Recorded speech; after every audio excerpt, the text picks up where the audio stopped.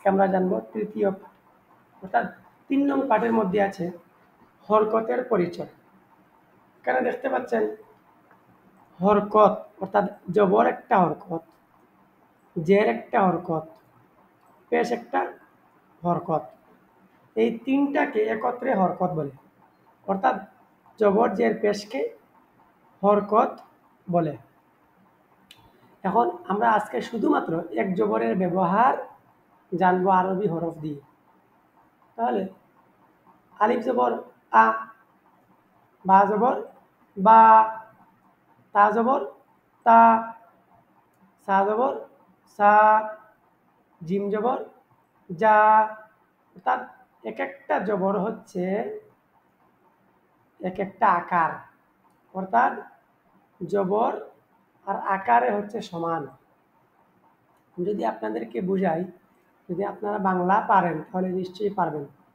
আমি যদি এই জায়গার মধ্যে লিখি জ ব র, জবর, আবার সমান সমান দিয়ে যদি আমি আকার দিই আ কার, তাহলে সমান হলো। তাহলে জবর আর সমান সমান বাংলাতে আকার, এই দুইটা এক সমান। তাহলে জবরের উচ্চারণ কি?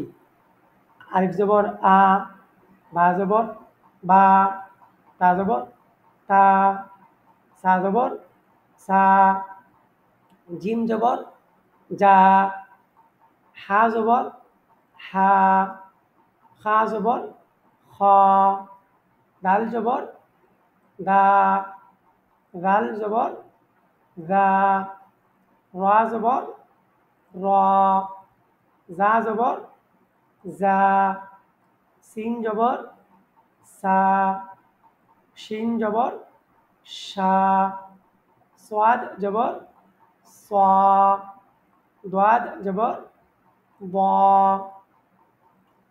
তো আপনারা শিখার সময় হরফের নাম নিতে পারেন, যেমন আলিফ জবর আ, বা জবর বা, তা জবর তা, জবরের নাম নিতে পারেন শিখার সময়। সা জবর সা, জিম জবর যা। আর যখন আপনারা শিখে যাবেন তখন আপনারা পড়বেন কা, তখন আর জবরের নাম নিতে হবে না এবং হরফের নাম নিতে হবে না। যেমন কাফের একটা নাম হচ্ছে, এটা হচ্ছে কাফ, এটা হচ্ছে জবর, তাহলে কাফ জবর কা। তাহলে আপনারা শিখার পরে জবরেরও নাম নিতে হবে না এবং কাফেরও নাম নিতে হবে না। শিখার পরে আপনারা কিভাবে পড়বেন? শিখার পরে পড়বেন কা, কা, লা, মা, না, ওয়া।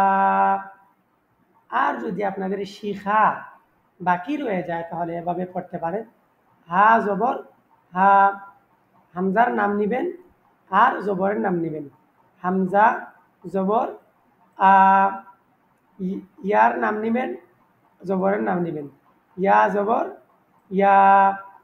তাহলে বুঝতে পারছেন যে আপনারা শিখার সময় হরফের নাম নিবেন এবং জবরের নাম নেবেন, আর শিখার পরে শুধুমাত্র উচ্চারণের নাম নেবেন। উচ্চারণটা কি? উচ্চারণটা হচ্ছে আ, বা, তা, সা, যা, হা, খা, দা, গা, র, যা, সা, শা, স, ব, ত। এগুলো হচ্ছে উচ্চারণ। জ উচ্চারণ, আ, গা, ফা। এভাবে পড়বেন শুধুমাত্র উচ্চারণ শিখার পরে। আর শিখার আগে আপনারা এভাবে পড়বেন কাফ জবর কা, কাফ জবর কা, লাম জবর লা, মিম জবর মা, নুন জবর না, ওয়াও জবর ওয়া, হা জবর হা, হামজা জবর আ, ইয়া জবর ইয়া। আচ্ছা, তাহলে আলিফ আর জবরের নাম নিয়ে যখন শিখবেন তখন, আর শেখার পরে শুধুমাত্র উচ্চারণ, তাহলে নিশ্চয়ই আপনারা বুঝতে পারছেন যে এক জবরের ব্যবহার কিভাবে হয়। এক জবরের যে উচ্চারণের ব্যবহার, শুধুমাত্র উচ্চারণ হবে আ, বা, তা, আর জবর সাথে নিয়ে পড়লে এভাবে হবে আলিফ জবর আ, বা জবর বা, তা জবর তা। তাহলে নিশ্চয়ই আপনারা বুঝতে পারছেন। আপনাদের কাছে একটা অনুরোধ রইল, যদি আপনাদের এই ভিডিওগুলো ভালো লেগে থাকে তাহলে এই চ্যানেলটি সাবস্ক্রাইব করবেন এবং প্লে স্টোর থেকে আপনারা এই অ্যাপ্লিকেশনটি ডাউনলোড দিয়ে মোবাইলের মধ্যেও পড়ে নিতে পারেন। এখানে অনেক গুরুত্বপূর্ণ বিষয় আশয় আছে, নামাজের নিয়মকানুন সহ এবং দিন সম্পর্কে আলোচনা করা আছে, দোয়া দুরুদ সহ। আপনারা এই অ্যাপ্লিকেশনটি মোবাইলে ডাউনলোড করে আপনারা এটা আমল করতে পারেন এবং এটি ভেরিফাইড হুজুরের মাধ্যমে সত্যায়িত করা। আপনাদের জন্য এই অ্যাপটি বানানো হয়েছে, আশা করি ইনশাল্লাহ কাজে আসবে।